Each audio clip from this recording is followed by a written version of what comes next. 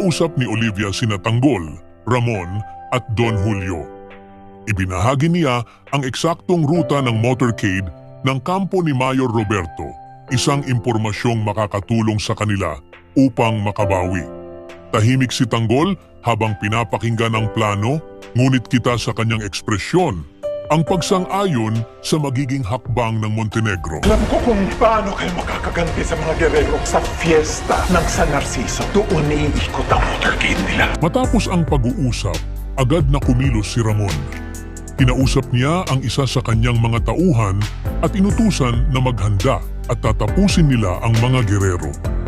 Buo na ang pasya niyang harapin ang mga Guerrero.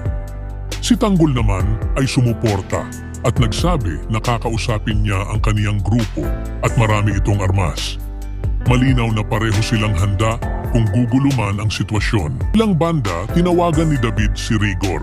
May lungkot sa kanyang mga mata at ang bigat ng kilos niya ay tila may kahulugan. Bagamat walang direktang pamamaalam, sinabi ni David na balang araw ipagmamalaki din siya ni Rigor.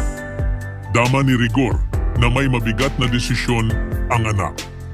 Hindi niya maiwasang magtanong dahil bakit bigla nagsabi ng ganon si David. Sinagot ni David si Rigor na maaaring hindi siya makauwi. Alam ni David ang susunod na tatahakin ni isang hakbang na maaaring hindi na niya mabawi pa. Samantala, iniutos na ni Miguelito kay Attorney Vera ang pagtapos kay David. Hindi na kailangan ng paliwanag.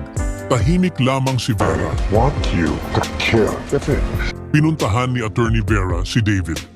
Isang tensyonado at matagal na paghaharap ang naganap. Si David ay halatang nag-aalangan at nagsabi kay Attorney Vera na parang awa mo na. Ngunit si Vera ay buo ang loob sa utos. Walang puwang para sa awa. Nag-agawan sila ng baril, isang pilit na pagsalba ni David sa kanyang sarili at isang desperadong pagtatapos kay Vera. Sa kalagitnaan ng laban, biglang pumutok ang baril. Tumigil ang paligid. Si David ay napaupo sa sahig habang si Attorney Vera ay natigilan, hindi makapaniwala sa kinalabasan ng pangyayari. Sa kabuuan ng kabanatang ito, lalong umiinit ang tunggalian sa pagitan ng pamilyang Montenegro at kampo ng mga Guerrero. Sa pagbubunyag ni Olivia ng detalye ng motorcade ni Mayor Roberto, umusad ang plano ng paghihiganti ni Tanggol, Ramon at Don Julio. Ipinakita rito ang buo nilang pasya at kahandaang lumaban hindi lamang para sa hustisya, kundi para sa prinsipyo at dignidad ng kanilang pamilya.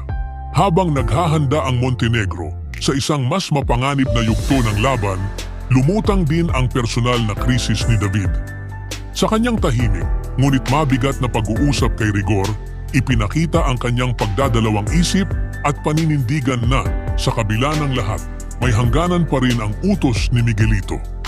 Ngunit hindi ito naging sapat upang iligtas siya sa banta ng kapalaran. Isang banta na mismong si Attorney Vera ang magdadala. Ang pagtatapos ng kabanata ay bumalot ng matinding tensyon.